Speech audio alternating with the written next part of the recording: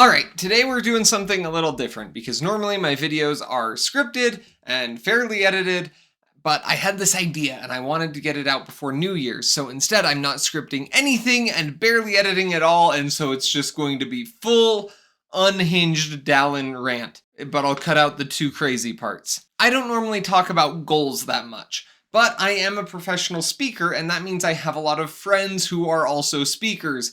And if you hang out with a bunch of motivational speakers, you end up talking about goals a lot. And there's a lot of opinions in a lot of different ways. And we know the science is that people break their New Year's resolutions a lot.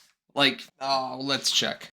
How often do people keep New Year's resolutions? Okay, we don't trust the AI generated thing, but we can see the source. Oh, Fisher College of Business feels pretty good. So yeah, like only 9%-ish, maybe 15% of people actually keep big New Year's resolutions, but most people set them every year thinking this year will be different, and then it isn't, and they fail to keep the resolutions, usually by the end of about January. So there's a lot of science that's gone into how do we set better goals. One of the big ones was when, what was his name? George Doran, or Duran, I'm not sure how you say it, introduced SMART goals in the 1980s. If you haven't heard of SMART goals, the acronym changes. It's changed a bunch over the years, but usually it's about setting goals that are specific and timely and relevant and achievable and all these other things where people are like, pick a thing that makes sense, that you can actually accomplish, bite-sized pieces, and make the goals happen.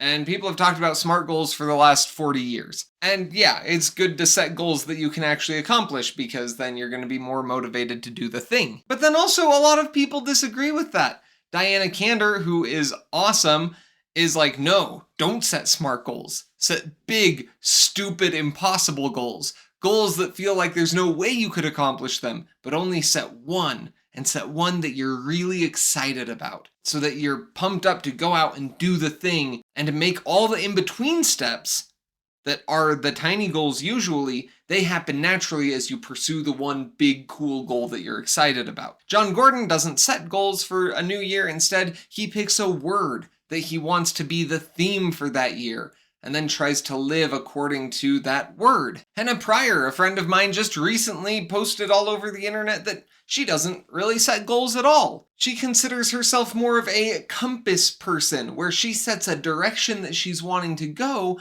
but doesn't define the destination, so that she can be more flexible about how she's pursuing that direction. And what's interesting is that all of those people I just mentioned are brilliant, intelligent, well-researched people who have written best-selling books and consulted for some of the biggest companies in the world and are really, really smart and study this stuff for a living. And they all say different things about the best way to set goals, and that's because there isn't a best way to set goals. The best goal is the goal that changes your behavior in a way that you like. And that's going to be different for every person. I was thinking about this recently with exercise because I run on an elliptical a lot. But I've also recognized that running on an elliptical and running in real life are not the same. And running in real life, because ellipticals aren't real, running like on the ground is harder and it works out different muscles and it hurts my lungs more. And I thought like, oh, I should run more, but I run more on an elliptical, and so I reached this thought that it was like, the best exercise is the exercise you actually do. Because if you're so focused on exercising perfectly or the exact right way, you might lose all the motivation to do it at all.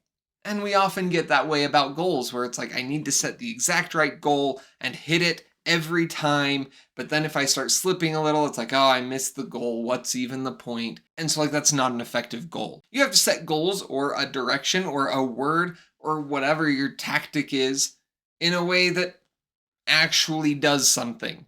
Because if it just makes you demotivated and you don't change anything, well then it wasn't a productive exercise. Usually goals are used to change behavior. And so if it doesn't change behavior, what's the point? This is something I've been thinking about. I'm going to try in 2025 to use Diana Kander's Big Impossible Goal method. And I've been trying to decide what my big impossible goal for 2025 will be. And I've decided to make it something that isn't related to my business or my work or financial success because I'm already motivated to do all those things. I already like making money and want to do things that make me more money. So I don't need a goal to motivate that behavior. It doesn't need to change. I'm already doing it.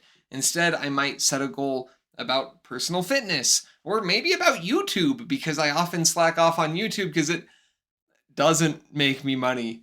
I mean, like that $5 to $10 worth of ad revenue every month isn't paying the bills. I've thought about brushing up on my Chinese skills and having that be the big goal to pass HSK4 or something. One of these things that it's easy to let fall by the wayside, and I want to change the behavior. Haven't decided what it is yet. Leave me your suggestions. I'll make a big impossible goal and keep you updated. But if you are looking at 2025 in the new year thinking, I want things to be different. I want to do something better this year. I want to change something about myself. There are lots of frameworks for goals out there. Maybe you need to set a SMART goal, or maybe you do better with one big, stupidly impossible goal, because that's exciting and fun. Maybe you want a compass, and you're focusing on the direction and not the destination.